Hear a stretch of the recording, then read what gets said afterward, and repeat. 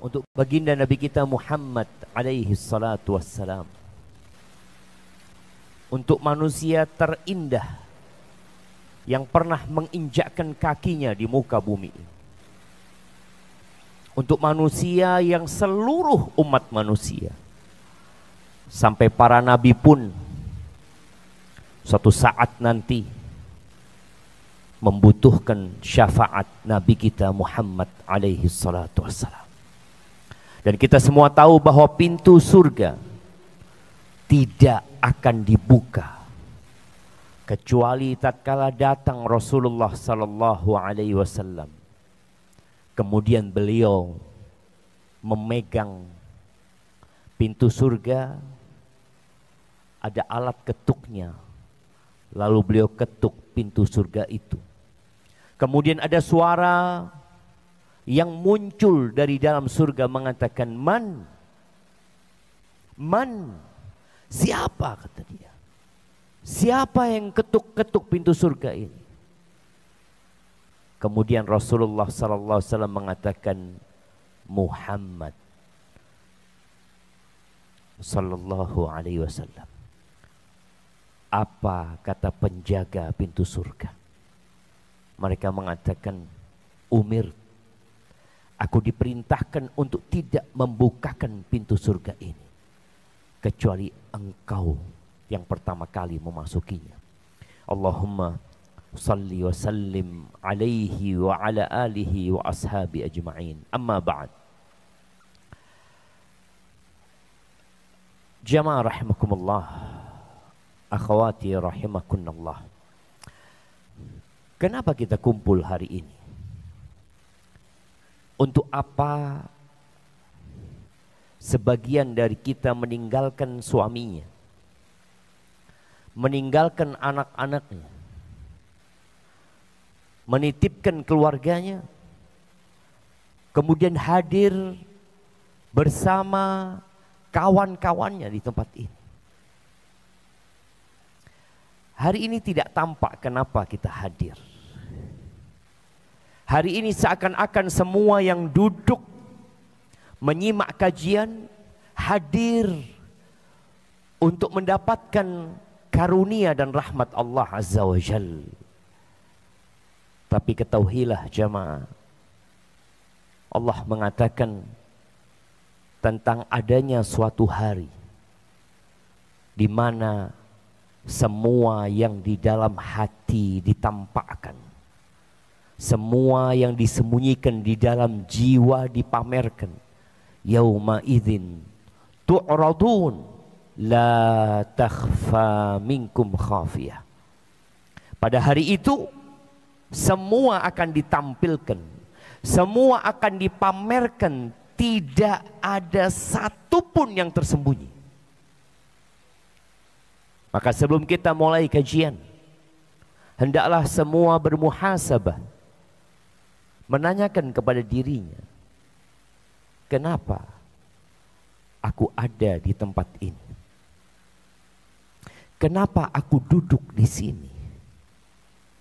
Apa sebenarnya motivasi yang mendorongku untuk hadir bersama-sama di tempat ini?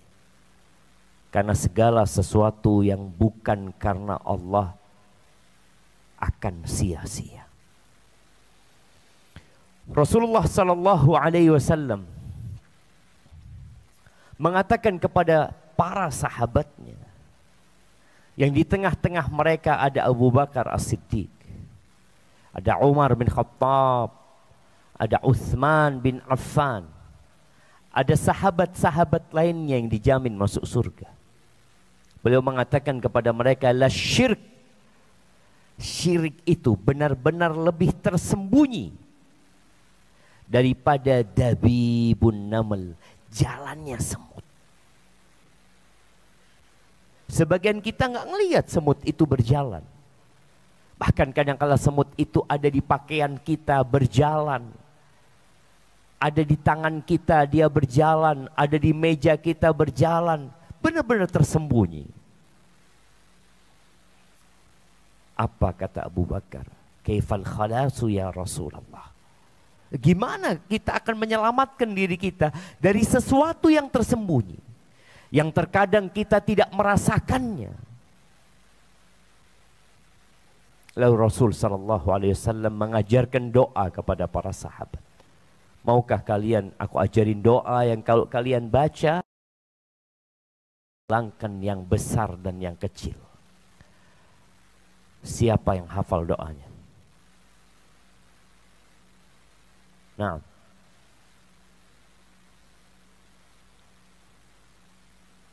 ibu-ibu, tafadhali. Ana nggak tahu siapa yang angkat tangan, siapa yang tidur. Tapi panitia tolong yang angkat tangan dikasih mic-nya, kasih hadiah.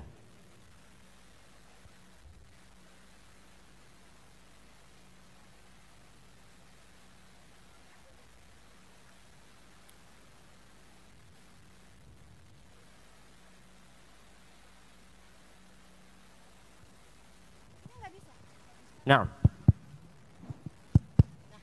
Cek. Bismillah, Ustadz ada di daerah balkon. Ana nggak tahu di balkon. Bismillahirrahmanirrahim. Assalamualaikum warahmatullahi wabarakatuh. Iya, kenalkan namanya dulu, siapa, baru jawab. Assalamualaikum warahmatullahi wabarakatuh. Ada dua. Kok orang lain? Kok beda ya? Oh ya udah nggak apa-apa. Nggak apa-apa, yang satu bahasa Arabnya, yang satu artinya. Nah, Ana bahasa Arabnya aja Ustaz. Ada bahasa Siap. Arabnya aja. Bismillah. Assalamualaikum. Afan. Ustadz benar nggak ya kalau ini bagian dari zikir petang? Mudah-mudahan nggak salah ya Ustadz. A'udzu bikalimatillahi tammati min syarri ma khalaq. Benar nggak ya Ustadz? a'udzu bikalimatillahi tammati min syarri ma khalaq. Afan ya, Bener. Ustadz. Tapi bukan doa yang diajarkan Nabi ke para sahabat. Doa itu dibaca pagi dan petang. Bismillah Ustaz. Tapi itu doa keselamatan juga ya Ustadz. wabarakatuh. Afan Ustadz. Barakallah. Kasih hadiah nggak apa-apa. Assalamualaikum Salam. warahmatullahi wabarakatuh. Ah, Assalamualaikum warahmatullahi wabarakatuh. ini yang salah panitianya ini. Yang salah panitianya. Masa semua dikasih mic gitu kan? Balkon dulu boleh Ustadz. Balkon dulu. Assalamualaikum warahmatullahi wabarakatuh. Waalaikumsalam warahmatullahi wabarakatuh. Allahu Kenalkan dirinya dulu, siapa namanya? Ana Umu Tosi Ustadz Naam. Dari? dari Cipete, Jakarta Selatan. Masya Allah. Tafadhali. Bismillahirrahmanirrahim. Allahumma inni a'udzubika an usyrika bika wa ana a'lam wa astaghfiruka lima la a'lam. Masya Allah. Santi. Barakallah fiik. Tadi yang pegang mic, kasih hadiahnya. Yang dari Cipete, Ummu Osi. Tosi. Barakallah fiik. Taib, yang pegang mic satunya, apa artinya? Ini Ustadz, sebentar Ustadz. Assalamualaikum Boleh di balkon? warahmatullahi wabarakatuh. Waalaikumsalam warahmatullahi wabarakatuh. Perkenalkan, nama Ana Nusaibah dari Bekasi. Tafadhali Nusaibah. Allahumma inni Artinya? a'udzubika an usyrika bika. Ya Allah, aku berlindung kepadamu dari mensekutukanmu. Ya. Wa ana a'lamu. a'lamu, dan aku mengetahuinya. Wa astaghfiruka lima la a'lam, dan aku memohon ampun apa yang engkau ketahui, dari apa yang kau ketahui. Dari melakukan kesyirikan yang aku tidak, Dari melakukan kesyirikan yang tidak aku ketahui. yang aku tidak mengetahuinya. Barakallah fiik. Dapat hadiah ya insya Allah ya. Dapat hadiah lah. Taib, udah selesai? Boleh yang di balkon Ustadz. Yang di balkon ada yang mau jawab? Ada yang mau jawab? Taib. Mau jawab apa? Tes. Tetap. Assalamualaikum. Mic ini dikasih sama panitia Ustadz Afan. Anak Umu Safira dari Pondok Kelapa. Nah, A'udzubillahi minasyaitonirrajim. Allahumma inni a'udzubika an usyrika bika wa ana a'lam wa astaghfiruka lima la a'lam. Masya Allah. Berarti Ummu Safira hadiahnya dibagi dua sama Nusaibah. Barakallahu fiik. Baik, alhamdulillah. Jadi ana gembira sekali tatkala di antara jamaah yang hadir ini tahu apa yang seharusnya dibaca. Manusia itu makhluk yang lemah sekali.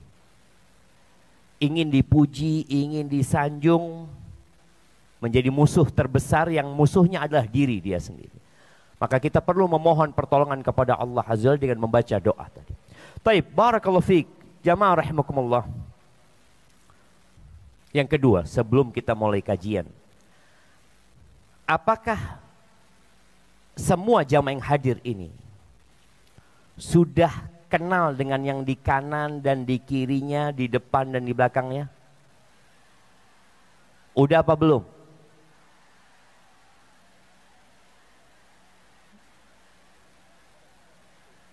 Udah belum? Udah. Ana mau tanya sama yang Nusaibah tadi. Mana yang Nusaibah? Nusaibah. Kasih mic-nya ke Nusaibah.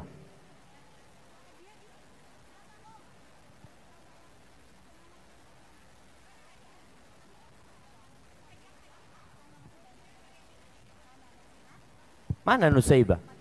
Ya, Nusaibah. ya. Yang di kanannya siapa namanya?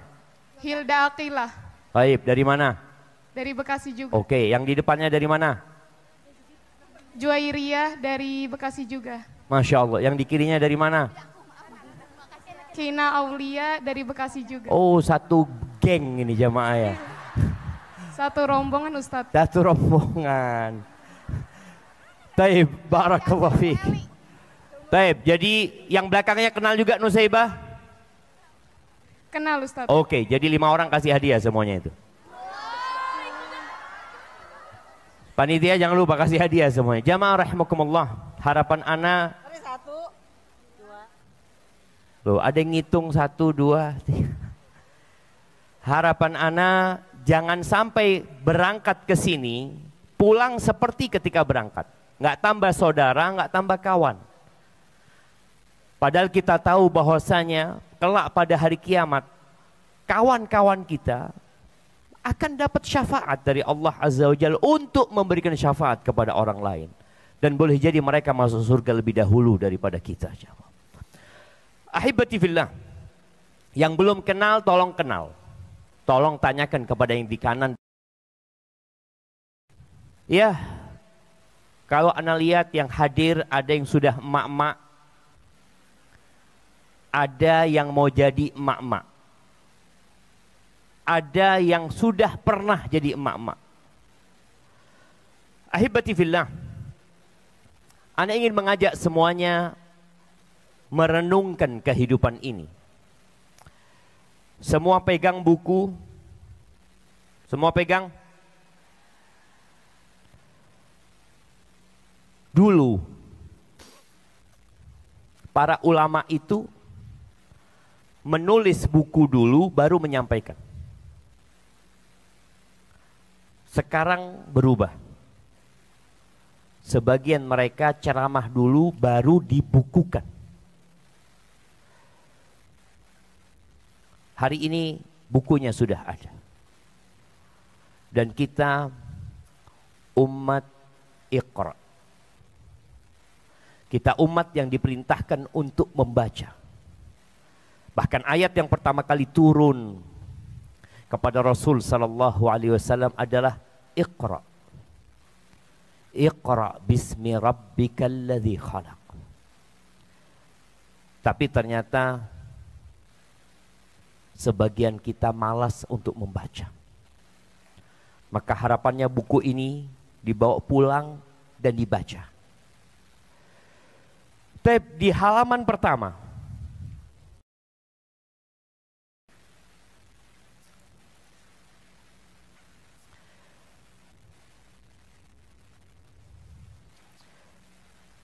kita lihat di sini disebutkan bagaimana seharusnya kita mengatakan alhamdulillahi rabbil alamin. Rasulullah sallallahu alaihi wasallam tatkala beliau mendapatkan nikmat, mendapatkan sesuatu yang menyenangkan, Maka beliau akan mengatakan alhamdulillahilladzi bi ni'matihi tatimmus shalihat. Dan tatkala beliau dalam kondisi yang tidak menyenangkan, ya, beliau tetap mengatakan alhamdulillahi ala. Kalau kita merenungkan kehidupan kita, ya ternyata ada banyak masalah. Ada banyak problematika. Ada banyak kendala. Beragam rintangan dan cobaan. Hari-hari yang dipenuhi dengan keluh kesah dan kemurungan. Letih, lelah dan lelet. Dunia terasa semakin gelap dan pengap. Pandangan semakin kabur dan tak jelas arah. Hati bergemuruh. Galau tak karuan. Kita melihat semua orang sibuk dengan urusannya masing-masing. Semua juga memiliki cobaan dan ujian yang bermacam-macam. Dan itulah kehidupan. Tanpa kita sadari dengan izin Allah, kita sukses melewatinya. Ana mau tanya, yang umur pernikahannya 50 tahun, angkat tangan.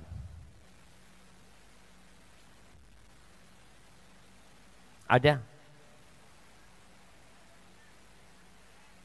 Iya, kasih mic beliau. Bukan kasih hadiah, kasih mic. Ada Ustadz sebentar. Iya. Di atas. Masya Allah. Yang pernikahannya bukan umurnya ya. Yang umur pernikahannya 50 tahun. Ada Ustaz. Siap.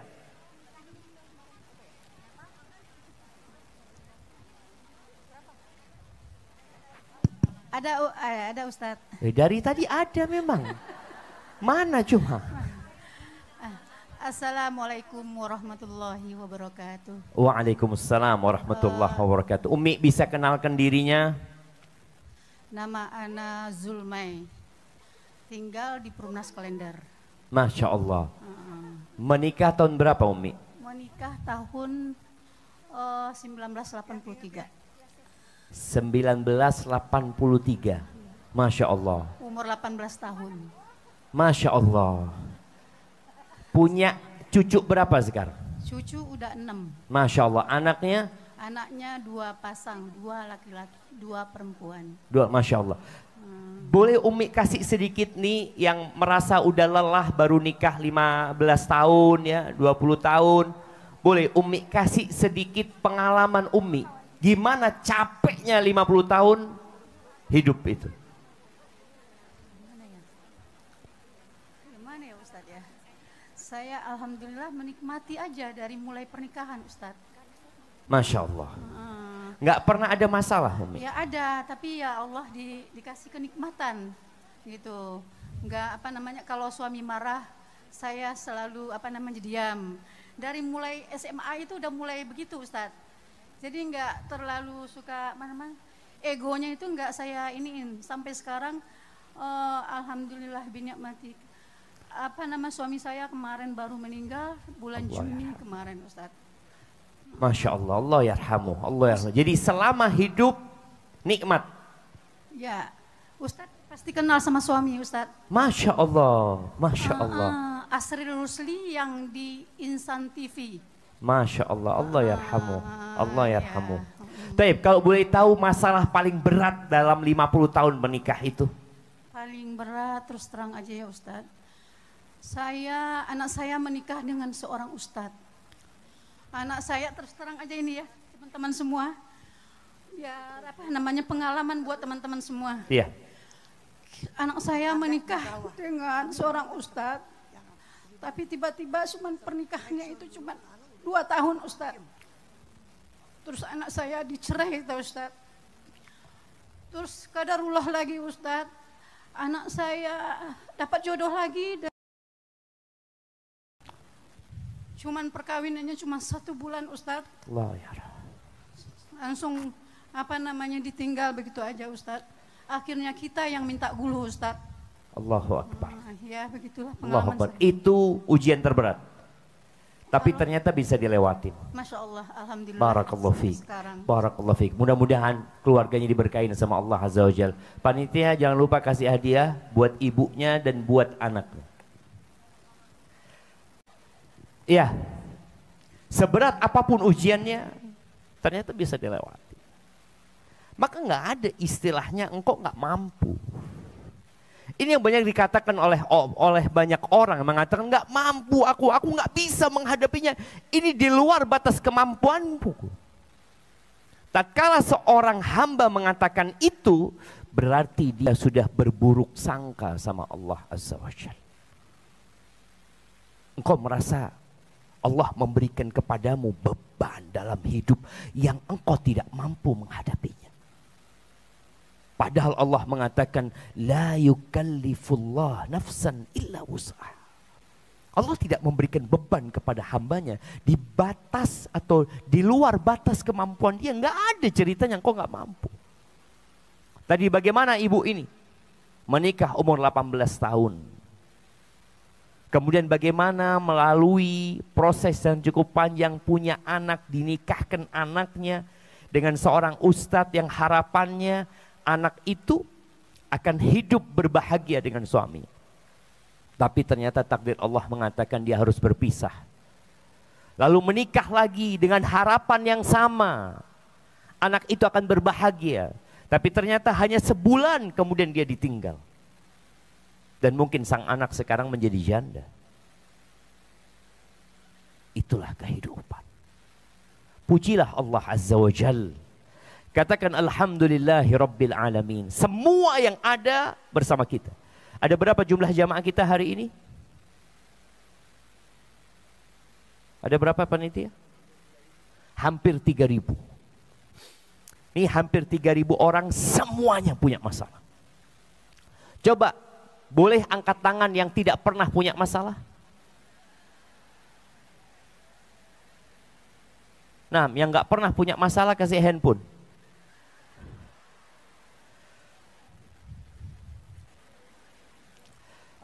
Maka anak ingin semuanya sering-sering mengatakan dalam hidup ini alhamdulillahirabbil alamin. Ingat tidak semuanya pahit. Dan yang pahit pun berubah menjadi manis. Tidak semuanya berisi duka dan luka. Tetap ada suka dan tawa. Yang mungkin tadi ada masalah sama suaminya di rumah. Kemudian datang ke sini. Dia ketemu sama kawan-kawannya. Beban itu tahu-tahu dia lupakan. Ada senyum yang menghiasi bibir. Ada keceriaan yang menghampiri.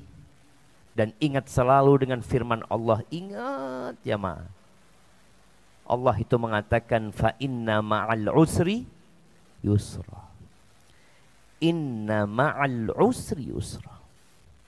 Sesungguhnya bersama kesulitan itu ada kemudahan. Ketika engkau menghadapi masalah, tatkala kesulitan itu menghampiri, engkau harus yakin bahwa bersama dia, bareng nih datangnya, ada kemudahan.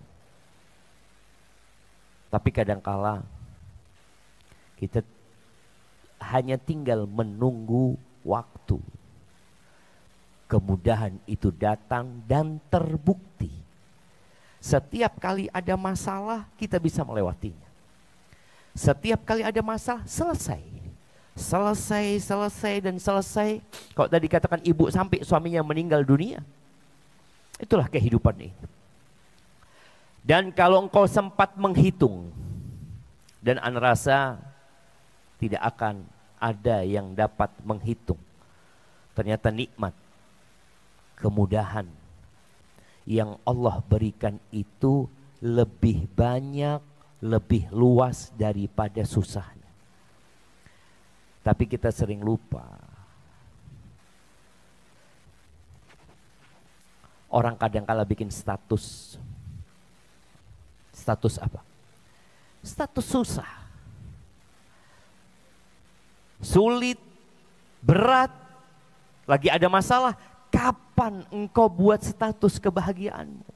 Allah Azza wa Jalla berfirman, wa amma bi ni'mati rabbika fahaddits. Yang diceritakan itu kesusahan apa nikmat? Nikmat seharusnya. Dalam seharian dari pagi sampai malam, mungkin ada masalah. Masalah dengan anak, masalah sama suami, masalah dengan pembantu, ada tuh.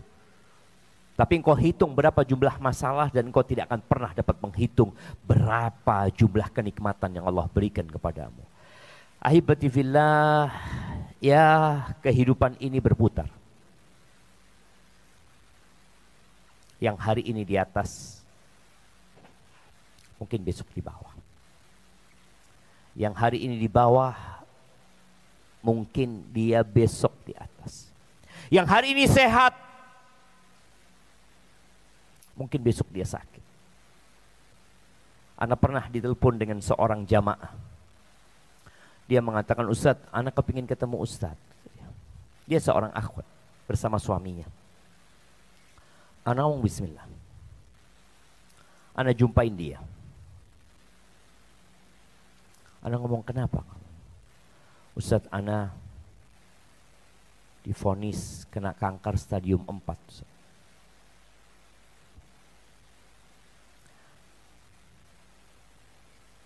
Subhanallah. Ana sampaikan kepada dia tentang nikmat Allah yang banyak. Dan ternyata penyakit itu pun nikmat dari Allah Azza wa Jalla. Dia menghapuskan dosa, mengangkat derajat. Ana sempat dia nyambangin dia dengan kondisi yang sudah tidak bisa bangun lagi dari kasurnya. Dalam kondisi yang sudah kurus kerontang. Dan akhirnya dia pergi meninggal dunia. Rahimahullah tabaraka wa ta'ala. Kita pun yang sehat, nungguin apa sekarang? Nunggu sakit. Makanya bagaimana kita jaga makan, bagaimana kita olahraga, bagaimana kita check up kesehatan. Karena kita tahu ada yang sedang kita nanti. Yang perempuan takut dengan yang namanya keriput. Nah, bagaimana krim dibuat, lotion dibuat, tempat-tempat perawatan. Ada tempat perawatan khusus laki-laki. Anda hampir nggak ada. Ada. Ada. Subhanallah. Anda baru tahu mungkin di Jakarta ada. Tapi Anda pikir yang merawat kulitnya itu ya kebanyakan memang wanita. Ada ketakutan. Laki-laki tambah hitam tambah laris mungkin. Kadangkala dia gosong kena matahari. Karena terus dia bekerja di bawah terik matahari. Ya itulah buat mereka. Tapi buat para wanita tidak. Ada kekhawatiran. Ada takut kusam. Takut dengan kerutan di wajahnya. Makanya masker muka itu dengan berbagai macam dibuat ya. Bahkan dari lumpur pun dipakai. Anak ingat ini dari lumpur laut mati kata dia. Oh iya. Kenapa? Karena ada ketakutan di diri dia jemaah. Maka ahibati fillah, ingat, yang muda akan tua. Yang sehat, ya mungkin dia akan sakit. Yang kaya, boleh jadi dia akan miskin. Yang miskin boleh jadi dia akan kaya. Dan yang hidup semuanya pasti dia akan merasakan kematian. Ahibati fillah, jadi sunnatullah yang harus kita lewatin bersama ya seperti itu. Ada siang, ada malam, ada suka, ada duka, ada tangis, ada tawa, dan Allah menjadikan kehidupan ini sebagai darul ibtila. Kita berada di negeri ujian. Sebagian kita nggak sadar. Sebagian kita maunya bersenang-senang. Loh, engkau mau bersenang-senang, tapi harus ingat engkau berada di negeri bala. Oleh karena itu Rasul SAW menyebutkan tentang dunia ini, sijnul mu'min wa jannatul kafir. Penjara buat orang beriman. Bayangin ya. Nabi menyebutkan SAW tentang dunia ini, ad-dunya sijnul mu'min wa jannatul kafir. Penjara buat orang beriman dan surga buat orang-orang kafir. Ketika engkau maunya bersenang-senang, engkau sudah merasa seperti di surga di sini, bebas melakukan apa saja, maka yang ada boleh jadi ada nilai-nilai kekafiran yang ada pada diri kita saat itu. Tapi tatkala engkau merasa terbebani, merasa ini nggak boleh, itu nggak boleh, ya, engkau sedang berada di penjara. Ada aturan yang harus diikuti. Allah Azza wa Jalla berfirman, kita lihat di halaman 10 ini. Di surat Al-Anbiya ayat 35. Allah mengatakan, wa nabluukum bisyarri wal khairi fitnah. Wa ilaina turja'un. Dan kata Allah, wahai manusia, kami akan menguji kalian dengan kesempitan dan kenikmatan, dengan keburukan dan kebaikan. Itu adalah fitnah untuk menguji iman kalian. Wa ilaina turja'un.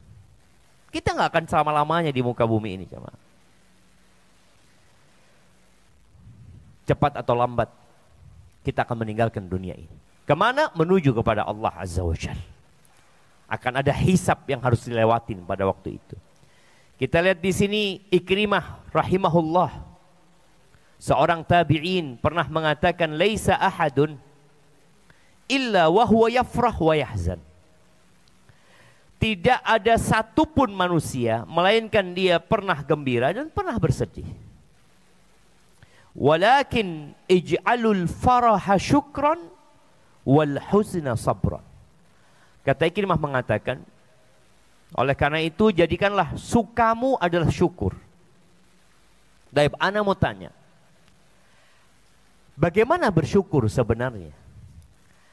Ada 3 tahapan syukur yang sebagian kita merasa sudah bersyukur. Siapa yang mau disebutkan? 3 rukun syukur. Ketika kau suka, jadikan itu syukur. Jangan sampai kau jadi sombong, jadi congkak, jadi angkuh. Karena sebagian kita ketika dapat nikmat, dia merasa lebih dari orang lain. Sehingga dia meremehkan orang yang ada di kanan dan di kirinya. Ada 3 rukun syukur. Sebutkan.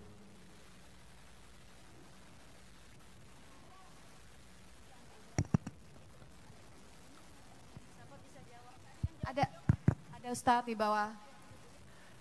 Di bawah, di atas, Ustadznya nggak kelihatan. Ada di atas. Ini panitia jangan berantem sendiri. Nah, tafadhali. Bismillah, Arifah dari Citarap.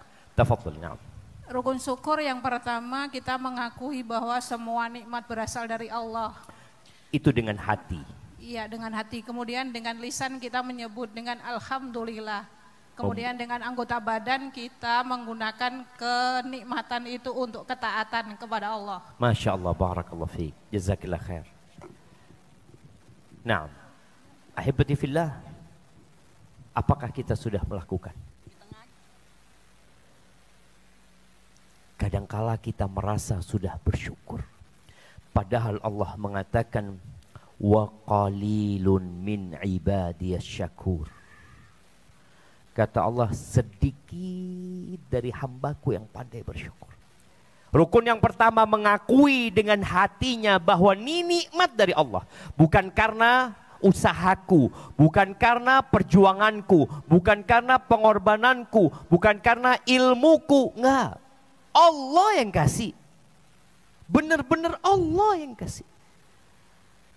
Kita ngelihat ada orang gak sholat dikasih nikmat sama Allah. Bahkan kadang-kadang kita melihat ada orang-orang yang tidak pernah dekat sama Allah pun dikasih kenikmatan. Supaya kita sadar itu murni pemberian Allah, bukan karena usaha kita. Hari ini, nih para panitia nih, ketika melihat dapat menyelenggarakan kajian bersama, bukan karena usaha, bukan karena sinergi di antara para panitia kajian, tapi karena Allah yang memudahkan. Tapi Anda mau kasih hadiah.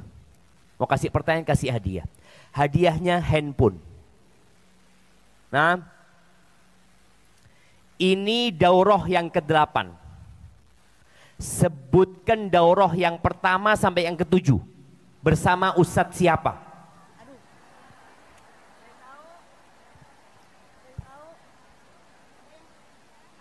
Ada Ustadz. Masya Allah. Panitia.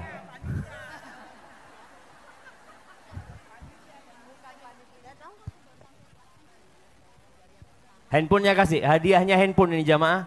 Naam.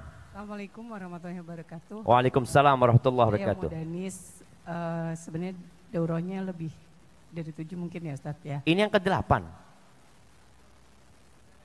Iya, ini yang ke-8. Iya. Salah pengertian Ustadz. Oh, salah.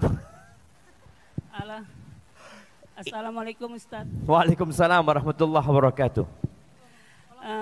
Ana Fatima dari Cilengsi Ustaz. Masya Allah, barakallahu fiik. Kalau nggak salah nih Ustaz ya, bismillah. Kalau nggak salah berarti benar kan?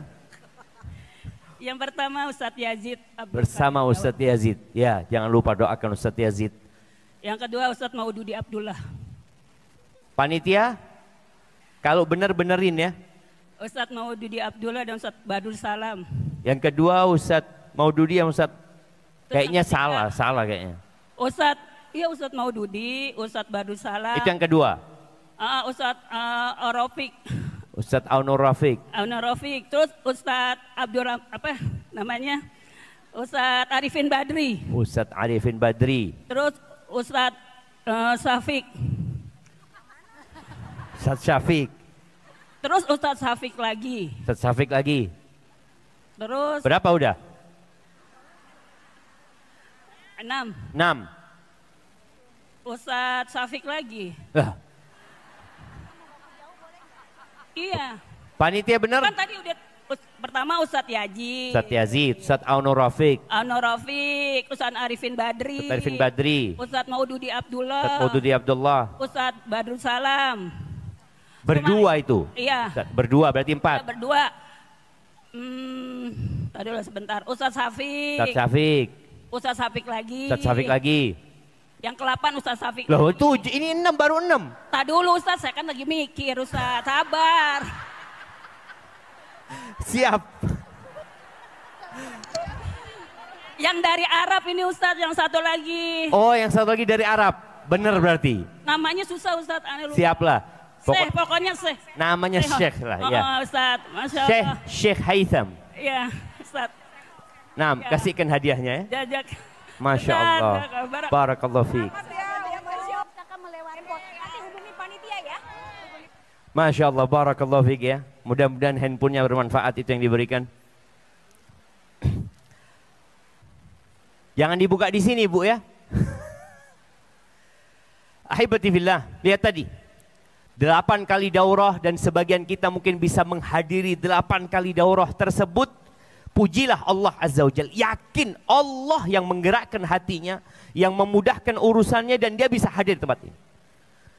Dan dia bersyukur lagi ketika dia dapat menyimak kajian.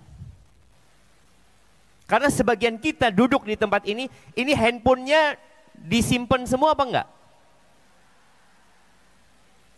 Jadi nanti kalau ada daurah lagi panitia, semua handphonenya jamaah diambil. Biar fokus. Nah, karena bagaimanapun handphone ini sering manggil kita. Padahal udah kita bikin mode pesawat ya. Ada yang minta bukalah aku. Akhirnya kita lagi kajian buka dia gitu loh. Maka ketika dia tidak ada akan lebih fokus.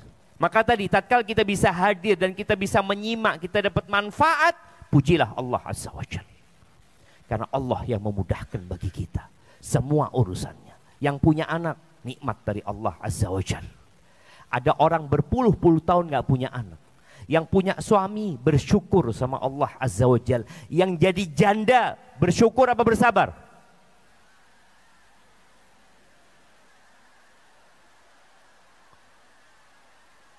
Nah, Ana mau tanya nih, yang jadi janda bersyukur angkat tangan.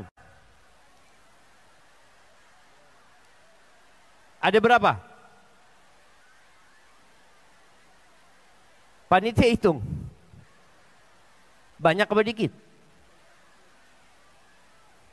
Banyak.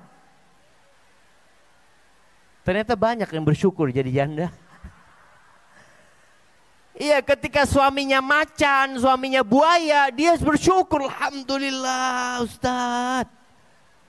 Suami ana ada buaya darat, Ustaz. Alhamdulillah ketika dia. Nah, tadi sebagian orang mungkin berpikir, ya Allah dia kesian jadi janda. Enggak, dia mungkin bersyukur. Bahkan ada yang suaminya mati, dia alhamdulillahirabbil alamin. Biasanya dia mengatakan innalillah, enggak Ustaz. Hari ini ana bersyukur Ustaz. Ada yang ketawa-ketawa, padahal memang dia berharap suaminya mati. Dilihat ada kapan mati gitu ya. Itu yang jadi janda diceraikan, jadi janda gugat cerai, jadi janda ditinggal mati. Sebagian mereka harus bersabar, sebagian mereka bersyukur kepada Allah Azza wa Jalla. Iya. Maka kembali kepada ucapan Ikrimah tadi, ketika engkau mendapatkan hal yang menyenangkan, maka sikap modal bersyukur kepada Allah Azza wa Jalla. Dengan mengakui, meyakini nikmat itu dari Allah. Lisan memuji dan memuja Allah. Dan raga digunakan dalam ketakwaan kepada Allah Azza wa Jalla. Yang punya suami, bagaimana dia bersyukur kepada suaminya? Angkat tangan yang menjawab.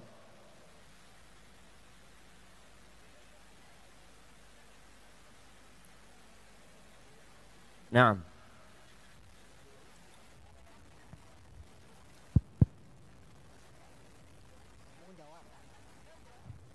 Ada Ustaz. Tafadhali. Assalamualaikum, bismillah. Saya Diana Ustaz dari Depok. Dari Depok, berapa tahun menikah? Baru 16 tahun Ustaz. Masya Allah. Bersyukur apa bersabar? Bersyukur banget Ustaz. Masya Allah. Gimana syukur sama suaminya? Ya Allah, pertama beliau itu adalah jaminan surga ana Ustaz. Nah, apa sikapnya kalau bicara syukur? Tadi kan kita bicara syukur itu yang pertama dengan hati, dengan lisan, dan dengan raga. Beliau sangat menerima kekurangan dari ana.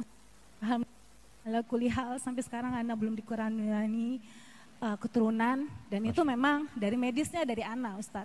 Masya Allah. Dari awal beliau udah tahu dan beliau menerima di situ Ustaz. Baik, Masya Allah, barakallahu fiik. Nah, kasihkan hadiahnya. Barakallahu fiik. Taib, itu yang bersyukur, yang bersabar sama suaminya. Ada Ustadz sebentar Ya. bawah. Lebih banyak yang sabar apa yang syukur? Banyak Ustadz, banyak banget yang bersabar nih. Assalamualaikum warahmatullahi wabarakatuh Ustadz. Waalaikumsalam warahmatullahi wabarakatuh. Saya juga dengan Diana Ustadz. Oh, ya. tadi Diana, ini Diana lagi. Saya Diana Siregar dari Bekasi. Itu Diana yang bersyukur, ini Diana yang bersabar. Ya. Nah, tafadhali. Berapa tahun menikah sudah Ibu Diana? Alhamdulillah 30 tahun Ustadz. Oh, Masya Allah. Sampai hari ini masih sabar? Tidak seindah sabarnya Ustadz. Jadi enggak 30 tahun sabar lah. Artinya syukurnya ada, sabarnya ada. Lebih banyak mana? Lebih banyak 50-50 aja Ustadz. Allahu Akbar. 50-50. 50-50. Baik, kalau bicara sabar. Sabar dalam apa menghadapi suami? Ini supaya yang belum nikah, yang baru nikah juga dapat pelajaran. Ini bisa bertahan rumah tangganya 30 tahun padahal 50-50. Sabarnya gini Ustadz, alhamdulillah. Alhamdulillah bersyukur itu. Iya, karena selalu bersyukur suka duka.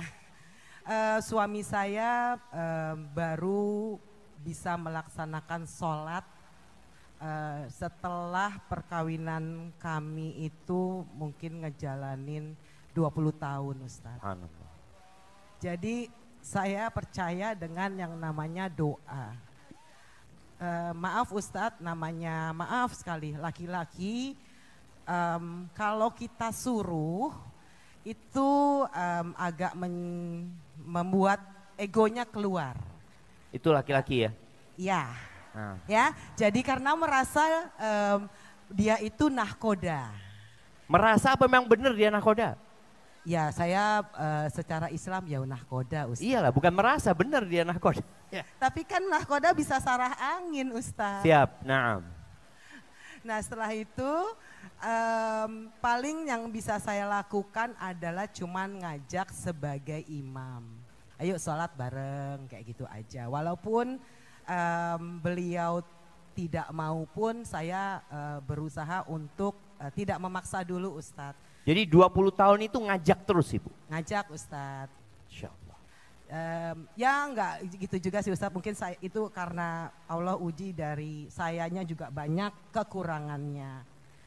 Jadi saya yakin banget ujian itu Allah tutupi karena kekurangan saya, Ustadz, bukan karena kelebihan saya. Subhanallah. Barakallahu fiik, Bu Diana. Jadi sekarang sabarnya udah mulai berkurang karena suami udah sholat. Iya, sekarang lebih bersyukur. Lebih banyak syukurnya. Syukur. Dan sekarang adalah suami saya yang bersabar atas saya. Loh, gantian sekarang. Jadi kebalik ternyata ujiannya, Ustadz. Masya Allah. Jadi benar nggak ada yang sabar terus, syukur terus. Sekarang setelah saya merasakan syukurnya, sekarang dibalik sama Allah, suami saya yang bersabar, saya yang bersyukur. Masya Allah, barakallahu fiik. Ya, kasih hadiah buat Ibu Diana. Handphone ya Ustadz, makasih. Alhamdulillah. Masya Allah, alhamdulillah, barakallahu fiikum. Taib, ahibati fillah, kita dengar tadi dari Diana yang bersyukur dan Diana yang bersabar. Kita lihat nih di halaman 14 bagaimana sejatinya kita menyikapi kehidupan ini. Tadi Ibu Diana juga menyampaikan, bahwa saya nggak selalu sabar juga, Ustaz. Banyak juga nikmat yang perlu disyukuri. Rasulullah SAW mengatakan, ajaban li amril mu'min. Sungguh menakjubkan urusan orang beriman. Kenapa? Inna amrohu kullahu khair. Semua urusan orang beriman itu baik. Semuanya. Mau di atas, mau di bawah, mau sehat, mau sakit, mau kaya, mau miskin, mau muda, mau tua, semuanya baik. Walaysa dzalika li ahadin. Dan yang seperti ini tidak dimiliki oleh siapapun di muka bumi ini illa lil mu'min. Kecuali untuk orang yang beriman. Maka sebagai inti buku ini yang kita tulis ini adalah masalah iman. Semua jadi indah, yang berat jadi ringan, yang susah jadi mudah.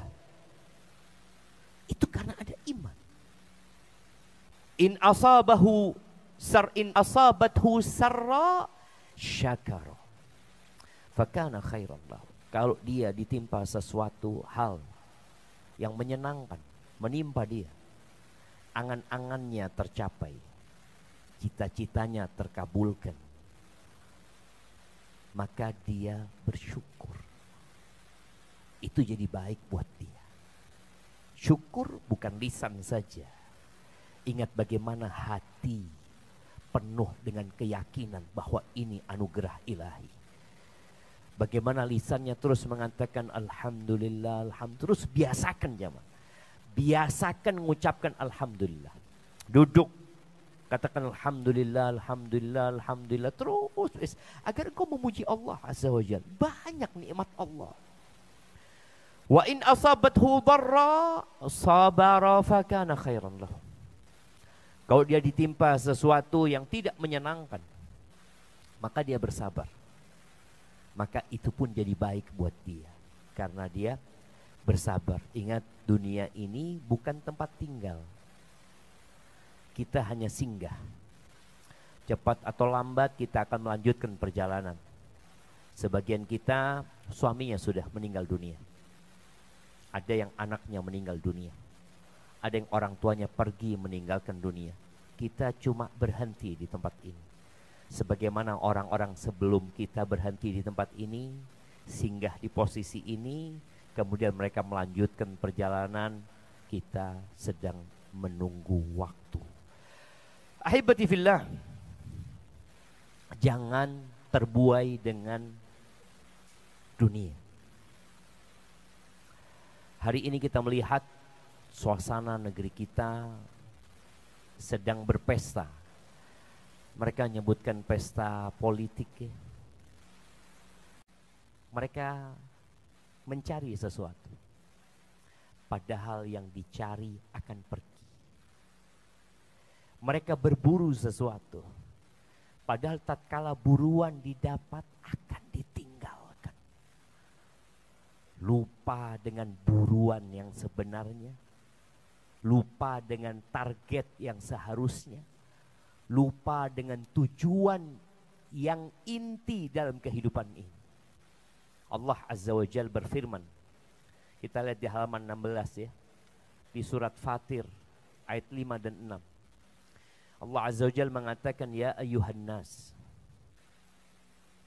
inna wa'dallahi haq. Baik, ana minta ada satu yang membacakan ayat ini dan membacakan artinya. Tafadhali. Siapa yang ada di sana khususnya yang hafal Al-Quran? Ya, silakan, ada di bawah. Tafadhal. Na'am.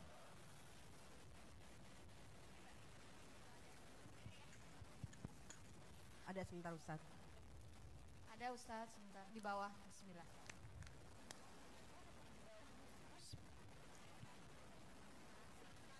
Assalamualaikum warahmatullahi wabarakatuh. Waalaikumsalam warahmatullahi wabarakatuh.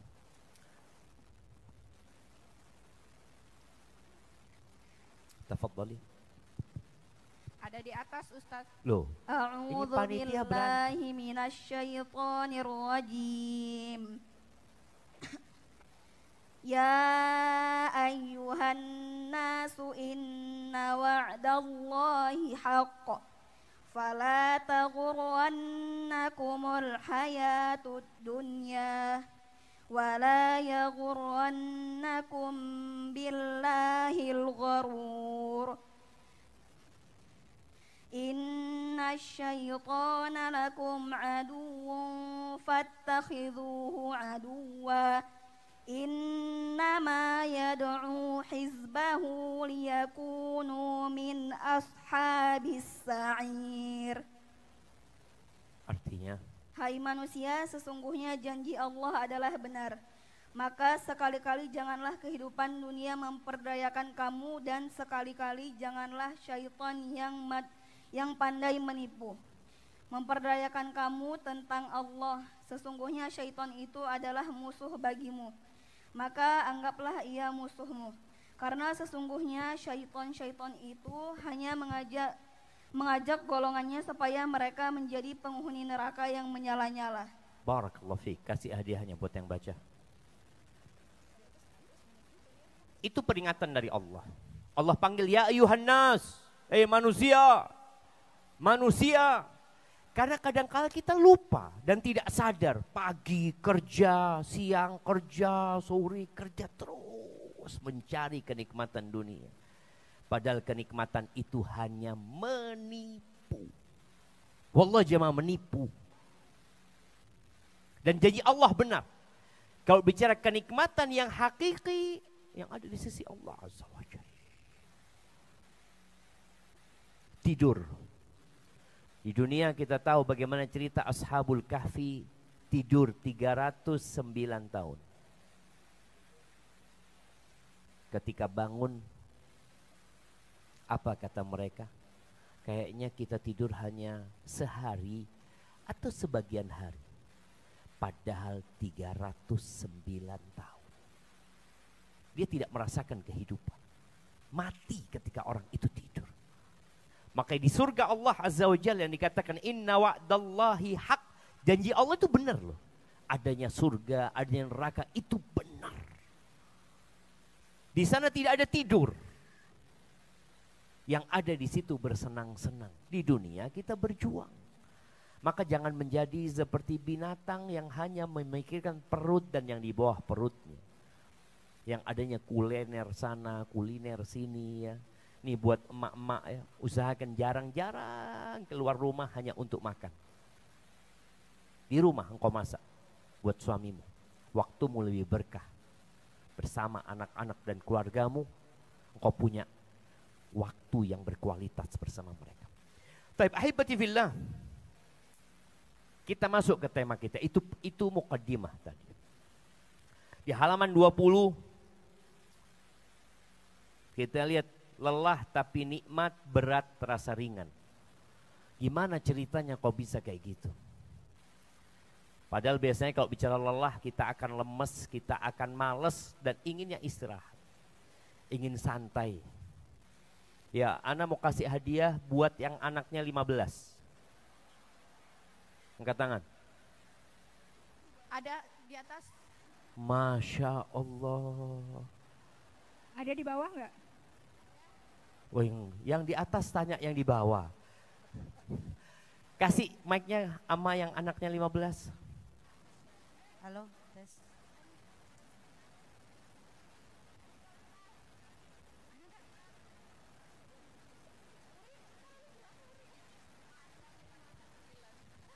Ada berapa?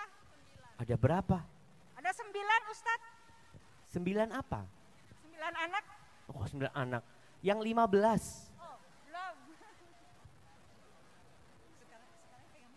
Yang anaknya 15. Tidak ada. Ada nggak? Turun Nggak lagi ada, Ustadz. Ustadz. Nggak ada? Di atas nggak ada. Di bawah tidak ada Ustadz. 14. Nggak ada. 13. Yang anaknya 13. 12. 10, 12, 10, 11. Ada yang 11? Cek. Pernah ikut KB 1,5 tahun itu lahir lagi anak saya. 1,5 tahun kakaknya lahir lagi anak saya. Begitu Masya terus. Allah. Nggak capek Ibu? Capek Ustadz. Masya Allah.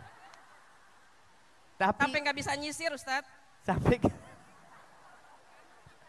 Sampai nggak bisa nyisir. Saya nyisir kalau malam udah mau tidur baru saya nyisir. Alhamdulillah yang menolong saya itu karena pakai jilbab jadi nggak kelihatan rambut acak-acakan, muka udah pakai cadar nggak kelihatan nggak berdandan gitu. Jadi suami terima apa adanya? Terima banget. Masya Allah. Yang nerima ibu nerima suami kayak gitu apa suami nerima ibu? Dua-duanya kayaknya. Alhamdulillah, Masya Allah. Kasih hadiahnya buat Ibu Nur ya. Masya Allah, barakallahu fiik Ibu Nur. Baik. Ustadz, beliau adalah istri dari Ustadz Firdaus Sanusi Rohim. Oh, Masya Allah, hafizakillah. Masya Allah. Mertuanya Ustadz Subhan ini berarti. Ustadz. Masya Allah, barakallahu fiik ya. Bagaimana perjuangan beliau ya. Punya anak 9, beliau merasakan capek. Melelah. Tapi karena pasrah, karena takut kepada Allah Azza wa Jal, dan beliau jalani hidup ini. Ada yang membuat musibah itu jadi ringan. Coba kita baca. Biasanya lelah membuat orang lemas, malas dan ingin istirahat. Berat membuat orang terbebani dan ingin kabur dan lari darinya. Sejatinya semua itu tergantung dari sudut mana kita memandangnya. Tapi yang jelas dan realita yang harus diterima oleh semua, kita diciptakan penuh kesusahan dan kelelahan. Bu Nur ini harapan Ana bisa menginspirasi yang lainnya. Bagaimana suaminya menerima kondisi dia. Karena memang dia harus mengurus anak-anak yang banyak. Dan anak-anak yang banyak itu insya Allah semuanya jadi orang. Nggak ada yang jadi macan. Kenapa? Karena ibunya rela berkorban, dia tidak menyisir. Ibunya rela berkorban, dia untuk tidak berias. Dan suaminya pun rela menerima istrinya seperti itu. Kenapa? Ada yang lebih penting yang harus diurusi. Yang mereka akan jadi aset. Bayangin ya, ketika Ustadz Firdaus rahimahullah ta'ala meninggal dunia.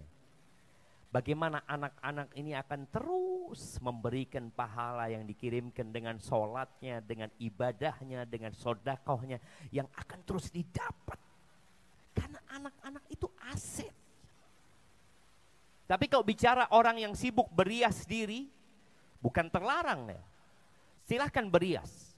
Silahkan bersolek untuk suamimu. Karena wanita yang paling indah itu yang enak dipandang sama suaminya. Tapi ada kewajiban yang lebih penting, yang lebih menyenangkan hati suami. Ketika anak-anak itu jadi anak-anak yang benar.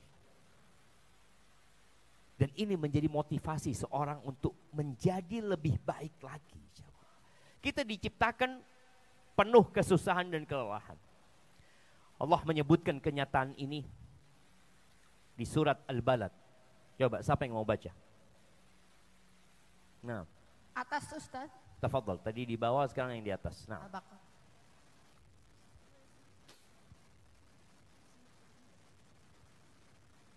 A'udzu billahi minasyaitonir rajim. La uqsimu bihadzal balad wa anta hillun bihadzal balad wa walidin wa ma walad laqad khalaqnal insana fi kabad. Nah, artinya aku benar-benar bersumpah dengan kota ini Mekah dan kamu Muhammad bertempat di kota Mekah ini dan demi bapak dan anaknya, yaitu Nabi Adam dan anaknya atau anak cucunya, sesungguhnya kami telah menciptakan manusia berada dalam susah payah. Barakallahu fiik, kasihkan hadiahnya buat yang baca. Kita lihat ya, Allah bersumpah untuk menegaskan laqad khalaqnal insana fi kabad. Sesungguhnya kami telah menciptakan manusia berada dalam susah payah. Coba kita lihat bagaimana penderitaan manusia. Kita akan selalu menemui kesulitan, kesusahan dan penderitaan. Kau tidak akan pernah lepas dari sana.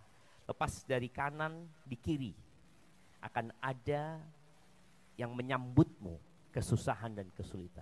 Kenapa? Ya itulah tabiat kehidupan. Iya, di halaman 24. Nih para ulama berkata ya, tentang penderitaan manusia yang Allah katakan kami benar-benar menciptakan manusia dalam kesusahan. Itu sebuah kepastian. Allah yang menciptakan dan Allah lebih tahu dengan kondisi kita. Derita yang pertama-tama adalah ketika dengan susah payah keluar dari perut ibundanya.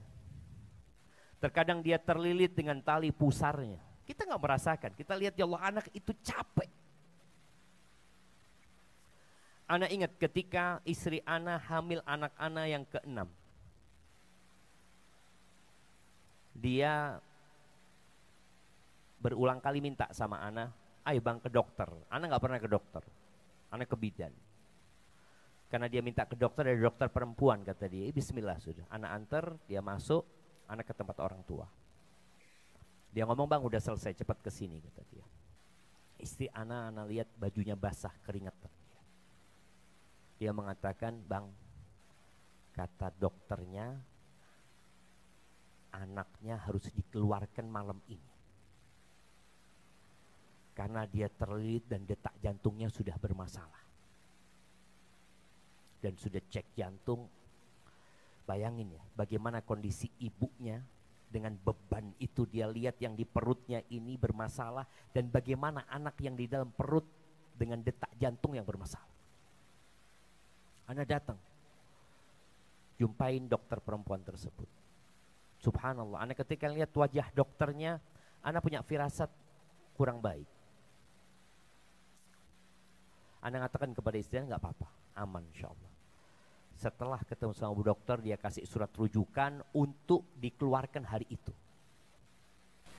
Ana katakan sama istri Ana, insya Allah nggak ada masalah. Subhanallah. Subuhnya Ana berangkat kajian ke Surabaya. Akhirnya dia berangkat ke dokter sama teman perempuannya. Karena Ana nggak ada. Dan alhamdulillah kata dokternya nggak apa-apa, harus bed rest aja. Kita lihat ya, proses bulan ke-7 sampai bulan ke-9 untuk lahiran. Bagaimana pikiran sang ibu.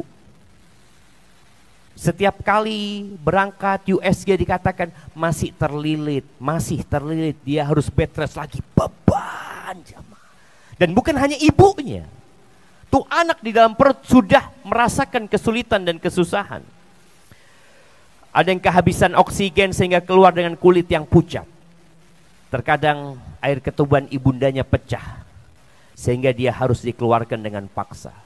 Terkadang ada yang lahir prematur, kemudian kesusahan selanjutnya tali pusarnya dipotong. Mungkin sebagian nggak merasakan sakit. Sambil menunggu kering, terkadang ada yang tidak sembuh-sembuh. Anak ingat di Madinah bagaimana bayi semuanya ingatlah bagaimana pusarnya itu diobatin terus, ingin kering pusar tersebut. Lalu ketika dia dibedong dan dikencangkan, ia menderita kesusahan dan kelelahan. Kemudian ia menderita karena menyusu. Dia harus menunggu ibunya, terkadang dia harus menangis dan terus menangis tatkala susu tak kunjung datang. Nggak bisa berbuat apa-apa itu bayi. Dia BAB, BAK di popoknya yang terkadang membuatnya iritasi, dia tidak nyaman, tapi apa daya semua tergantung kepada orang lain. Lalu menderita lagi ketika tumbuhnya giginya. Bagaimana giginya menembus gusinya, badannya demam, tapi apa daya. Kemudian dia menderita karena penyapihan yang lebih berat dari tamparan membuatnya menangis, berteriak meminta ASI, namun yang ada yang pahit-pahit diberikan kepada anak itu. Kemudian dia menderita lagi karena harus disunat. Terus menderita lagi karena harus belajar berjalan, yang terkadang dia harus terjatuh, giginya patah kadangkala. Kemudian dia harus masuk ke sekolah. Kita lihat bagaimana ketika anak itu dimasukkan ke sekolah, ditinggal sama orang tuanya, dia menangis jamaah. Kemudian dia nanti berhadapan dengan gurunya, dengan kawan-kawannya yang dia tidak kenal sebelumnya. Dia berpindah dari sekolah ke sekolah lanjutnya. Anak-anak kalau dimasukkan ke pondok, aduh jangan, ini itu. Di sekolah dia dibully sama kawan-kawannya. Ya terus penderitaan itu dihadapin. Ya ketika umurnya bertambah tanggung jawab. Dia akan terus disuruh-suruh sama orang tuanya.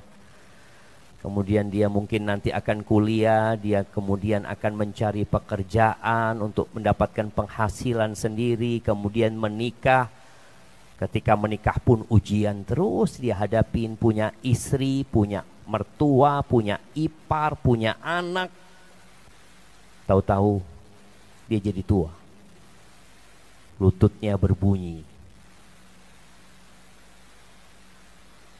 punggungnya mulai melengkung, ada banyak yang tidak boleh dia makan. Ya kemudian dia meninggal dunia jemaah. Dan kita lihat kalau sudah jadi tua, ana sebutkan di sini berbagai macam penyakit yang menimpa orang tua, yang ada adalah penderitaan. Apa yang harus dilakukan?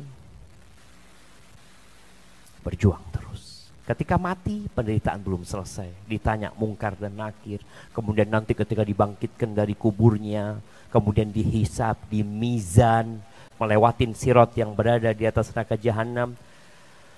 Terus kapan istirahatnya? Nggak ada.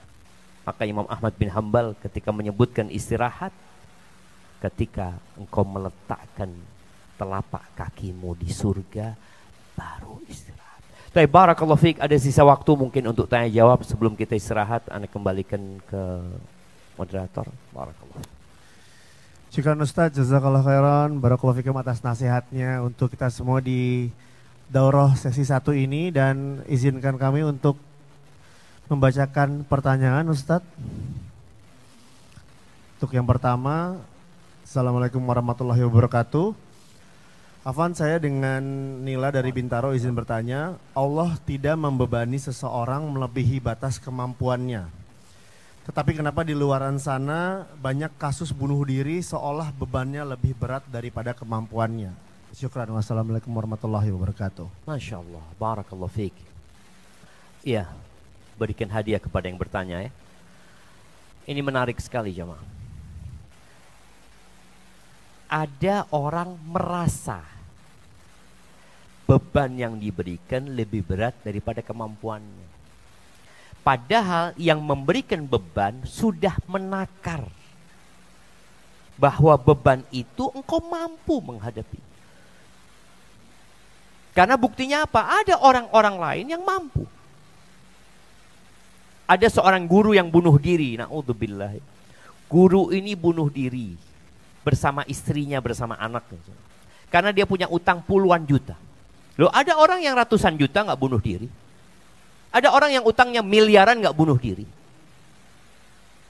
Jadi kadang-kala orang merasa tidak mampu. Disinilah dia perlu memperbaiki keimanannya kepada Allah. Yakin bahwa Allah tidak memberikan cobaan di luar batas kemampuan dia. Perlu yakin itu. Tapi kalau dia nggak yakin, maka dia berpikir aku akan menyelesaikan kehidupannya dengan bunuh diri. Pikir dia kalau bunuh diri selesai urusannya. Enggak. Kematian itu hadhimul ladzat. Pemutus segala kelezatan. Kalau orang tadi bisa hidup kembali, maka dia akan hidup kembali menyelesaikan urusannya. Bahwa ternyata setelah kematian beban yang dia rasakan jauh lebih berat. Maka masalahnya di keimanan. Beda ketika seorang suami istri, suaminya zalim, kemudian dia gugat cerai karena kezalimannya. Tidak dikatakan dia, oh engkau kok gugat cerai. Oh enggak apa-apa. Dia melakukan hal yang halal yang diperbolehkan karena kezaliman suaminya. Tapi ketika dia melakukan hal yang menyebabkan dia dimurkain Allah tadi seperti bunuh diri. Karena masalahnya perasaan dia. Dia bersandar kepada dirinya. Kalau engkau bersandar kepada dirimu, engkau lemah. Tapi tatkala engkau mengatakan hasbunallah wa ni'mal wakil, selesai urusan. Tapi kita nggak bersandar kepada Allah. Yang ada engkau nggak mampu, aku Isa. Kita nggak mampu semuanya. Wa khuliqal insanu dha'ifa. Manusia diciptakan lemah. Ketika ujian itu datang, cobaan itu turun kepadamu, agar engkau kembali kepada yang maha kuat. Ujian yang Allah berikan kepada kaum-kaum sebelumnya. Di akhir ayat Allah mengatakan la'allahum yarji'un. Agar mereka kembali kepada siapa? Kepada yang maha kuat. Tapi mereka nggak kembali. Mereka kembali kepada dirinya. Kadang-kadang dia menutup diri. Nggak mau bergaul sama orang. Malu sama orang. Lalu terakhir dia bunuh diri. Ahibati fillah. Yang pertama. Yang kedua, dia tidak memandang kepada nikmat yang Allah berikan. Dia hanya memandang kepada musibah yang menimpa dia. Ketika seorang dipenjara karena kasus hutang. Dia punya hutang kalau nggak salah sekitar 900.000 real. Ya kira-kira 2,7 M. Dia dipenjara. Dan ternyata dia mau bunuh diri. Ketahuan dia mau bunuh diri. Tapi selamat. Ada datang seorang syekh kepada dia. Mengatakan kepada dia. Apa kasusmu? Dia cerita gini punya utang macam-macam. Ya. Oke, aman sudah. Utangmu anggap lunas. Loh, benar syekh? Iya. Tapi ada syaratnya. Loh, apa syaratnya syekh? Dia mau dilunasin. Dia pikir syekh ini akan lunasin utang dia. Syaratnya, aku minta 2 matamu. Aku hargai 2 matamu itu ya 500.000 real. Aku minta jantungmu. Aku minta limpamu. Aku minta ginjalmu. Terus syekh nyebutkan. Dihargain sama syekh. 2 matamu sekian, kemudian limpamu sekian, sampai terhitung puluhan miliar jauh. Tawaran syekh kepada ini. Apa kata orang ini? Syekh, emangnya ana jual spare part? Kok engkau mau beli itu? Syekh mengatakan, kau lihat. Engkau memiliki yang lebih banyak daripada utangmu. Utangmu cuma anggap ya 10 miliar. Sedangkan yang engkau miliki lebih dari itu. Engkau mau bunuh diri. Ketika engkau bunuh diri, engkau mau hilangkan semua yang ada pada dirimu. Disinilah orang itu tidak melihat kepada nikmat. Kemudian dia merasa dia orang paling susah. Itu yang kedua. Yang ketiga, yang menyebabkan orang ini tadi merasa dibebani dengan sesuatu yang dia tidak mampu menghadapinya. Engkau lihat orang yang lebih susah dari dirimu. Kadang-kadang yang mengatakan, Ustaz, anak punya anak satu autis, Ustaz, ini itu macam-macam. Engkau lihat ada anaknya yang lima-limanya autis. Engkau cuma nggak melihat ke sana. Engkau ngelihat kepada yang anaknya sehat. Anak kemarin bawa istri Ana, bawa anak-anak, sengaja Ana bawa. Ana ngomong sama kawan, Ana mau bawa istri sama anak-anak. Siap. Kawan Ana ini punya anak, dia nggak bisa apa-apa, sudah umurnya 12 tahun, perempuan. Dia kena penyakit meningitis kalau nggak salah, yang selaput otaknya sehingga dia lumpuh. Ana ingin mengatakan, lihat, ketika kita melihat yang seperti itu, kita kemudian, ya Allah, alhamdulillah, bersyukur. Maka ini yang menyebabkan orang merasa dia dapat beban yang di luar batas kemampuannya, karena dia nggak ngelihat ada orang yang lebih susah. Mungkin seperti itu, Allahu a'lam bishawab. Nah.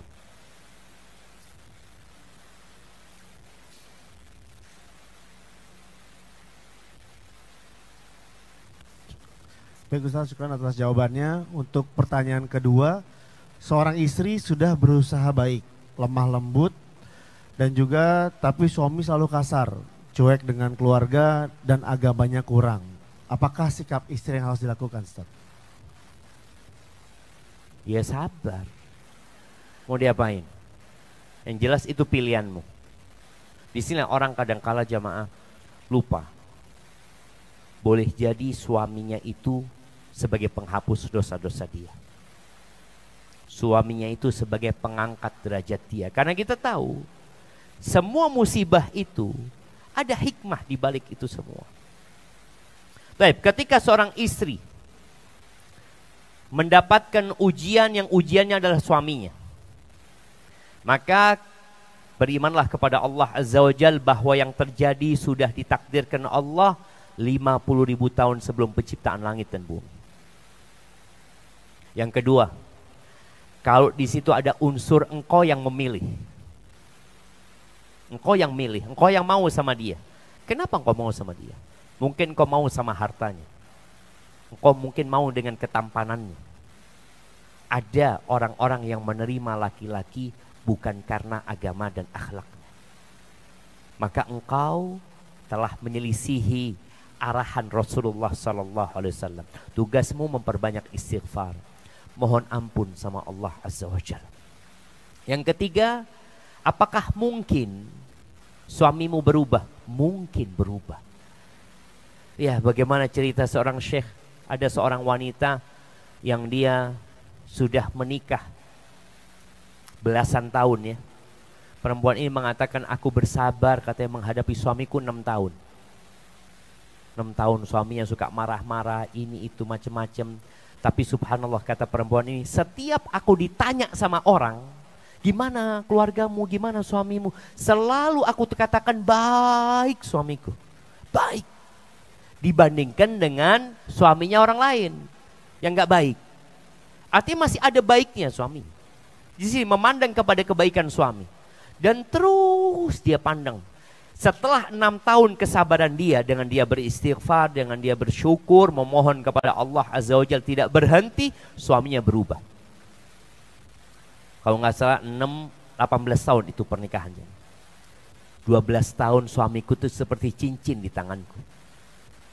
Kapan aku akan melepas, kapan aku memasangnya. Suaminya jadi baik sekali. Maka nasihat ana, jangan berhenti berbuat baik kepada suamimu. Jangan berhenti bersyukur kepada Allah atas nikmat yang Allah berikan. Dan jangan berhenti melihat kepada kelebihan suami. Karena yang disebutkan tadi apa? Kasar, cuek, agamanya kurang, tapi fulusnya royal, Ustaz. Enggak disebutin sama dia. Ada yang kayak gitu. Jadi yang dilihat kekurangannya. Maka lihat kepada kelebihannya. Sambil didoakan. Dan insya Allah tidak ada yang mustahil buat Allah Azza wa Jalla. Barakallahu fiik. Nah. Baik Ustaz, untuk pertanyaan terakhir Ustaz, untuk menutup sesi pertama. Assalamualaikum Ustaz Syafiq, ana Umu Abdurrahman, Ririn dari Depok. Izin bertanya Ustaz, bagaimana trik dan tips bagi ibu-ibu yang punya anak banyak? Kebetulan anak saya ada 5 dan usia berdekatan. Yang paling besar 14 tahun, 10 tahun, 8 tahun, 4 tahun, dan 2 tahun. Lelah sekali mengatur mereka karena mereka sekarang pintar berdebat dan melawan. Sudah banyak doa-doa yang dipanjatkan Ustaz. Mungkin solusinya gimana Ustaz? Solusinya Abdurrahman ini harus konsultasi sama Ibu Nur tadi. Iya, artinya kita ini kalau dengar dari praktisi itu akan lebih masuk dalam hati. Tapi kalau dengar dari Ustadz kan normatif aja jelasin gini. Tapi kalau Ibu Nur jelasin bagaimana Ibu Nur. Kalau ini lihat ya, 5, tunggu, 14, 10, 8, 4, 2. Masih jauh jaraknya. Ibu Nur tadi katakan 1 tahun setengah lahir lagi. 1 tahun setengah lahir lagi. Hanya saja kadang-kala kita merasa, wow, berat banget. Sesuatu yang kita anggap berat akan jadi berat. Tapi sesuatu yang kita mengatakan, enggak, insya Allah mudah. Jadi mudah sebenarnya. Dan para orang tua, jangan mendidik anak dengan amarah dan emosi. Jangan mendidik anak dengan mengangkat suara. Jadi anak-anak sekarang kalau dikatakan tadi susah diatur ya. Iya, anak punya anak 6. Ibunya kadang-kala, ya apa ini? Anak sampaikan kepada istri anak. Anak-anak itu jangan dipanggil. Dia nggak dengar sekarang. Anak dulu dengar. Anak sekarang nggak dengar.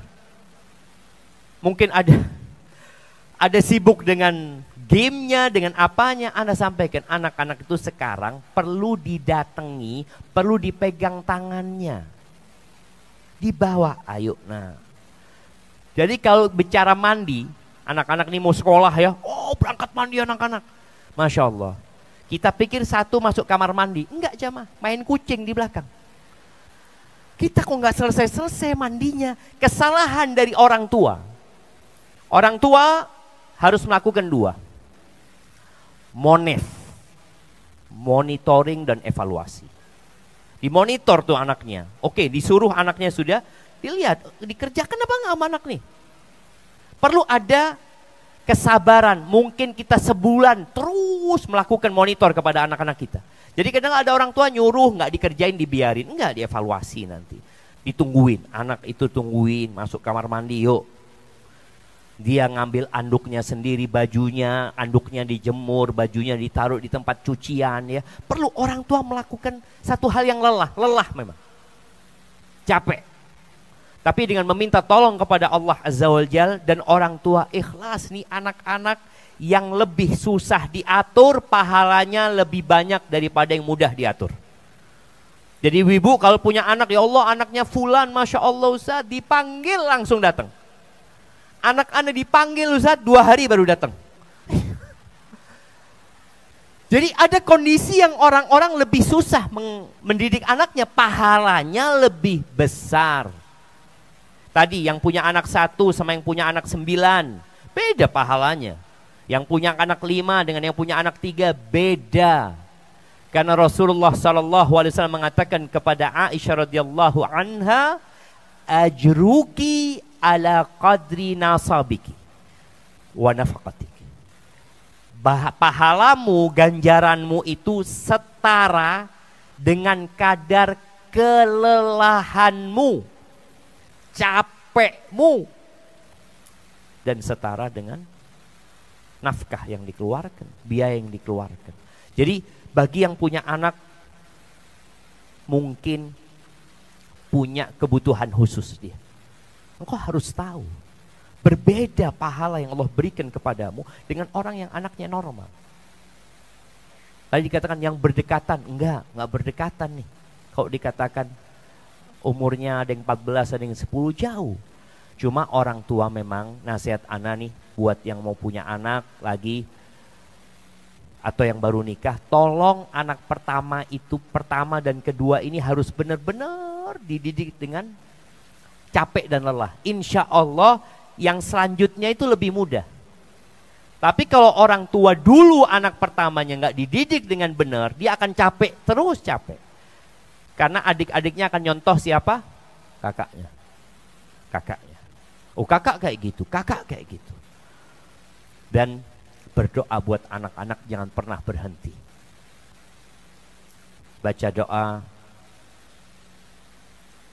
Rabbi junubni wa baniya an na'budal asnam. Ya Allah, hindarkan aku dan anak keturunanku dari menyembah berhala-berhala. Rabbi ja'alni muqimas salah wa min dzurriyyati. Jadikan aku orang yang mendirikan salat dan dari anak keturunanku nih, salat. Allah mengatakan tentang mendidik anak-anak keluarga salat itu, wa'mur ahlaka bis salati wastabir 'alaiha. Suruh keluargamu salat dan sabar-sabarlah engkau. Istobir ini enggak sama dengan isbir. Istobir ini sabar plus, sabar ekstra untuk menyuruh mereka sholat. Ya, kita semua merasakan ya. Cuma kita lupa, dulu orang tua kita, didik kita juga sama. Sebagian orang tua berpikir kalau anaknya masuk pesantren, selesai sudah, subuh langsung ke masjid. Nggak ada, dibangunin tuh anak-anak tetap.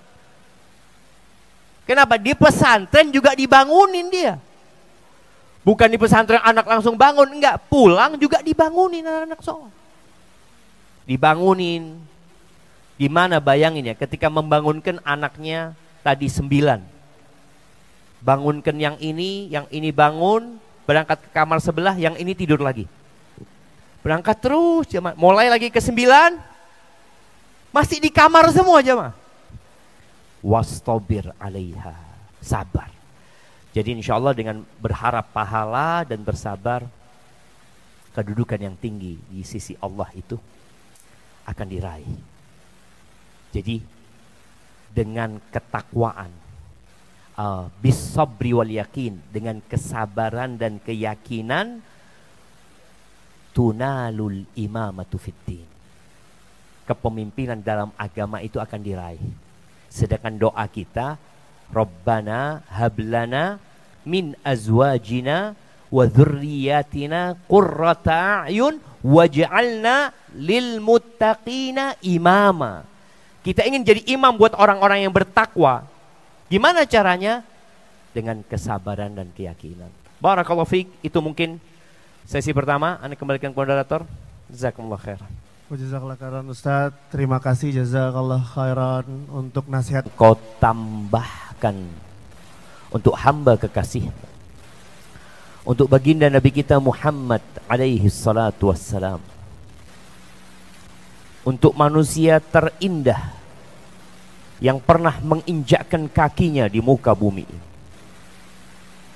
untuk manusia yang seluruh umat manusia, sampai para nabi pun suatu saat nanti membutuhkan syafaat Nabi kita Muhammad alaihi salatu wassalam.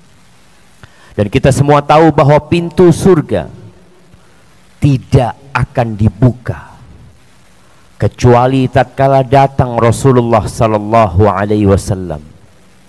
Kemudian beliau memegang pintu surga, ada alat ketuknya, lalu beliau ketuk pintu surga itu. Kemudian ada suara yang muncul dari dalam surga mengatakan, Man, siapa, kata dia, siapa yang ketuk-ketuk pintu surga ini? Kemudian Rasulullah sallallahu alaihi wasallam mengatakan, Muhammad sallallahu alaihi wasallam. Apa kata penjaga pintu surga? Mereka mengatakan, Umir, aku diperintahkan untuk tidak membukakan pintu surga ini kecuali engkau yang pertama kali memasukinya. Allahumma salli wa sallim alaihi wa ala alihi wa ashabi ajma'in. Amma ba'd. Jamaah rahimakumullah, akhwati rahimakunallah. Kenapa kita kumpul hari ini? Untuk apa sebagian dari kita meninggalkan suaminya, meninggalkan anak-anaknya, menitipkan keluarganya, kemudian hadir bersama kawan-kawannya di tempat ini? Hari ini tidak tampak kenapa kita hadir. Hari ini seakan-akan semua yang duduk menyimak kajian hadir untuk mendapatkan karunia dan rahmat Allah Azza wa Jal. Tapi ketahuilah jamaah, Allah mengatakan tentang adanya suatu hari di mana semua yang di dalam hati ditampakkan, semua yang disembunyikan di dalam jiwa dipamerkan. Yauma idzin tu'radun la takhfa minkum khafiyah. Pada hari itu semua akan ditampilkan, semua akan dipamerkan, tidak ada satupun yang tersembunyi.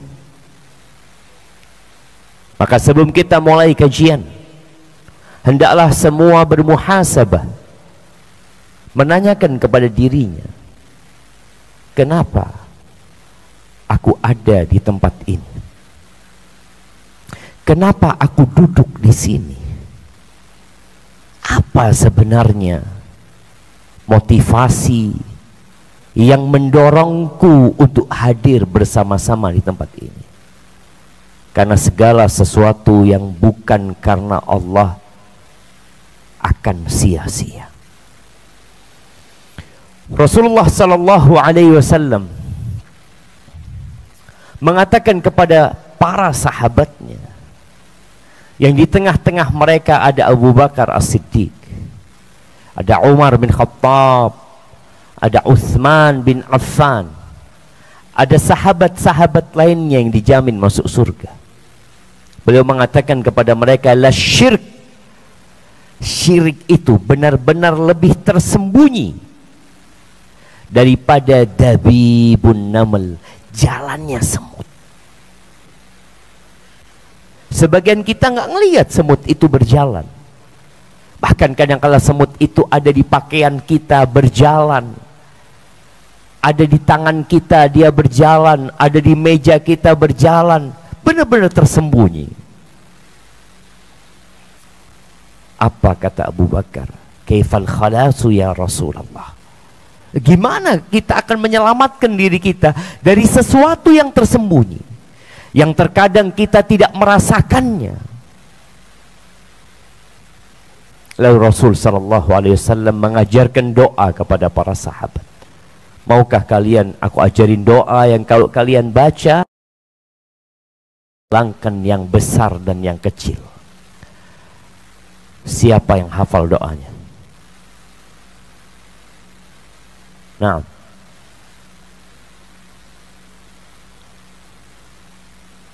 ibu-ibu, tafadhali. Ana nggak tahu siapa yang angkat tangan, siapa yang tidur. Tapi panitia tolong yang angkat tangan dikasih mic-nya, kasih hadiah.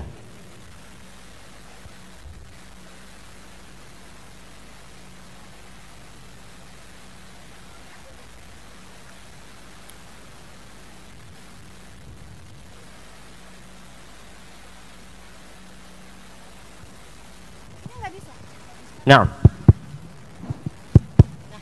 cek. Bismillah, Ustadz ada di daerah balkon.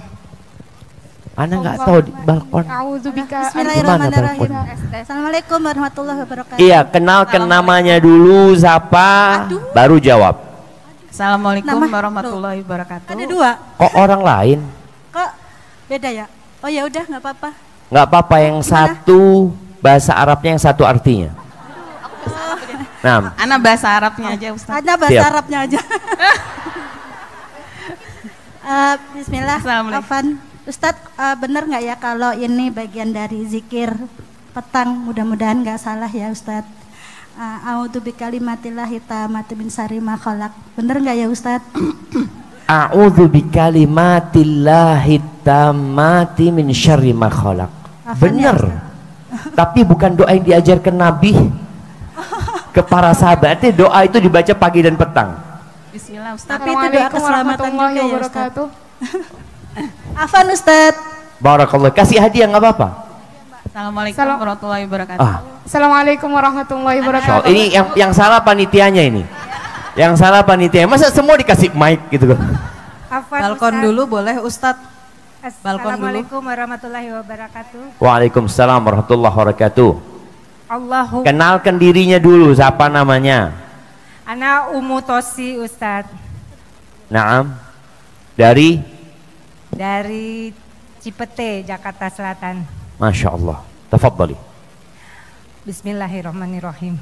Allahumma inni a'udzubika an usyrika bika wa ana a'lam wa astaghfiruka lima la a'lam. Masya Allah, Santi, barakallahu fiik. Tadi yang pegang mic, kasih hadiahnya. Yang dari Cipete, Ummu Tosi, barakallahu fiik. Baik, yang pegang mic satunya, apa artinya? Ini Ustadz, sebentar Ustadz. Assalamualaikum Boleh di balkon? warahmatullahi wabarakatuh. Waalaikumsalam warahmatullahi wabarakatuh. Perkenalkan, nama Ana Nusaibah